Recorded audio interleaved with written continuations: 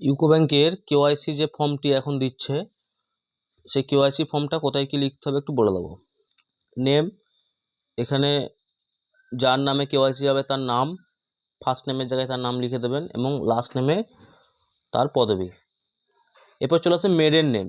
Maiden name হচ্ছে বিবাহিতদের ক্ষেত্রে বিয়ের আগের যে নাম ছিল সে নামটা এখানে আপনারা দিতে পারেন, ম্যান্ডেটারি নয়, দিতে পারেন। ফাদার্স অথবা স্পাউস নেম, এখানে বাবার নাম অথবা স্বামীর নাম যেটা লিখবেন সেখানে টিক দেবেন। যদি বাবার নাম লেখেন তাহলে বাবার নাম দিয়ে বাবার নাম, আর যদি স্বামীর নাম লেখেন তাহলে স্পাউস নাম দিয়ে তাহলে স্বামীর নাম। মায়ের নাম, মাদার্স নেম, এই ঘরটিতে মায়ের নাম এবং এখানে মায়ের পদবি। আরেকটা বলে দিই, এখানে যে প্রেফিক্স লেখা আছে, প্রেফিক্স মানে ছেলেদের হলে মিস্টার দিয়ে দেবেন MR, মেয়েদের হলে MRS, এবং যদি অবিবাহিত মহিলা হয় তাহলে মিস MISS দিয়ে দেবেন। ডেট অফ বার্থ, জন্ম তারিখটা এখানে ধরে নিলাম কারুর জন্ম তারিখ 1/1/1990, তাহলে এখানে 01/01/1990। বিবাহিত কিনা, ম্যারেড, আনম্যারেড এবং আদার্স। যদি বিবাহিত হয়ে থাকে তাহলে ম্যারেড, যদি বিবাহিত না হয়ে থাকে তাহলে আনম্যারেড, যদি উইডো হয়ে থাকে তাহলে কিন্তু আদার্স।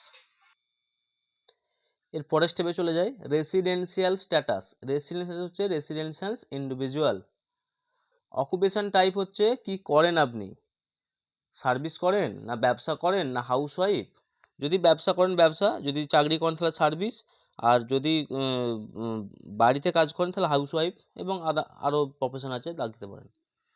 এরপর অ্যাডিশনাল ডিটেলস, এটা হচ্ছে ফাটকার জন্য লাগছে, এই জায়গাটিতে একটি ছবি লাগিয়ে দেবেন।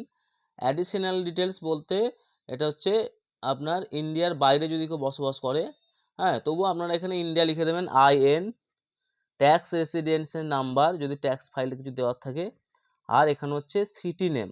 ঠিক আছে, এটা ম্যান্ডেটারি না, ঠিক আছে। এরপর হচ্ছে প্রুফ অফ আইডেন্টিটি, আপনি কি কি ডকুমেন্ট জমা দেবেন। দেখুন এখানে অনেকগুলি ডকুমেন্ট আছে, যে কোনো দুটি ডকুমেন্ট আপনাকে দিতে হবে। আপনার ভোটার কার্ড থাকলে ভোটার কার্ড টিক মেরে এখানে voter card number, pan card tick দিয়ে প্যান কার্ড নাম্বার যদি প্যান কার্ড থাকে, যদি প্যান কার্ড না থাকে তাহলে আপনাকে ফর্ম 60 দিতে হবে, এবং ফর্ম 60 ভিডিও আমি কিন্তু অন্য আমার চ্যানেলেই দেওয়া রয়েছে। আর এখানে EID আধার নাম্বারটা দিয়ে দেবেন, কারণ এখন গভর্নমেন্টের টাকা আধার নাম্বার ছাড়া ঢোকে না, ঠিক আছে, আধার নাম্বারটা অবশ্যই দিয়ে দেবেন। প্রুফ অফ অ্যাড্রেস, এখানে হচ্ছে আপনার যে অ্যাড্রেস আছে রেসিডেন্সিয়াল দিয়ে দেবেন।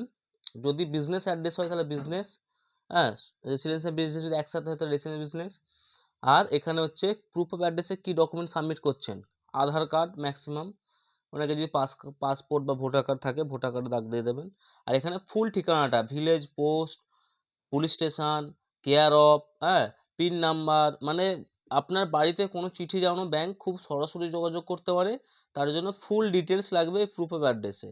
আর লোকাল অ্যাড্রেসটা আপনি এখানে টিক মেরে দেবেন বা ডু করে দেবেন, সেম করে দেবেন, তাহলে আপনাকে আর দুবার ধরে লিখতে হবে না। যদি একই অ্যাড্রেস হয় দুবার ধরে লেখার দরকার নেই, ঠিক আছে।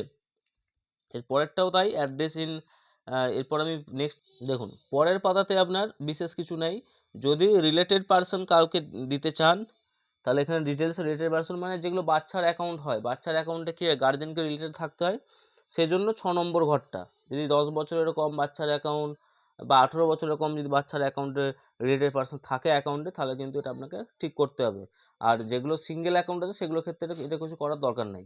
আর কি আছে, এখানে মোবাইল নাম্বারটা অবশ্যই দেবেন, কারণ এখন ব্যাংকে প্রচুর ফ্রড হচ্ছে, মোবাইল নাম্বার অবশ্যই দিতে হবে, ঠিক আছে। এরপর আপনি চলে আসুন যে প্রুফ অফ আইডেন্টিটি, আপনি তো প্রুফ অফ অ্যাড্রেস প্রুফ দিলেন, এবার আপনার আইডেন্টিটি কি আছে, এখানে প্রুফ অফ আইডেন্টিটি লিখে দিলেন, ভোটার কার্ড বা প্যান কার্ড, ঠিক আছে। আর আপনাকে কিছু করতে হবে না, এই জায়গাটায় হচ্ছে আপনার সই, সিগনেচার, ব্যাস আপনার কিন্তু কেওয়াইসি ফর্ম ফিল আপ হয়ে গেল। এর সাথে আরেকটি ফর্ম দিচ্ছে bank, CKYC।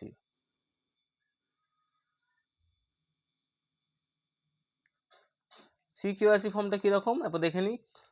CKYC check data বসে কিছুই লেখার নেই, এখানে শুধু আপনি আপনার নাম, এখানে আপনার পুরো ঠিকানা, আপনার পোস্টাল কোড নাম্বার, যদি আপনার CKYC নাম্বার জানা থাকে তাহলে CKYC নাম্বার, এখন সেন্ট্রাল KYC হয়ে গেছে, তার একটি করে নাম্বার জেনারেট হচ্ছে যদি জানা থাকে।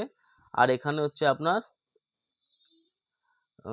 ডিটেলস, আপনার পুরো ডিটেলস, আপনার হচ্ছে নাম, আপনার ডেট অফ বার্থ, এখানে সেক্স মেল না ফিমেল, এখানে প্যান কার্ড নম্বর, এখানে আধার কার্ড নম্বর, এখানে মোবাইল নম্বর, ঠিক আছে? আর কিছু না, কোম্পানির ক্ষেত্রে বাকিগুলো আছে, আর এখানে হচ্ছে আপনার সিগনেচার, ব্যাস। এটা হচ্ছে আপনার সিকিউআইসি ডেটাবেস। এরপর আরেকটি ফর্ম আছে ইউকো ব্যাংকের আধার লিঙ্ক। আধার লিঙ্কেজ করার জন্য এই ফর্মটা, আধার লিঙ্কের জন্য কি করবেন, এখানে এই ফর্মটি আপনার সব ব্যাংকের ক্ষেত্রেই প্রযোজ্য, যে ইউকো ব্যাংকে দিতে হবে অন্য ব্যাংকে হবে না তা নয়, সব ব্যাংকের প্রযোজ্য। এখানে ব্যাংক লিখে দেবেন, যেই ব্যাংকে জমা দিচ্ছেন, ইউকো ব্যাংক।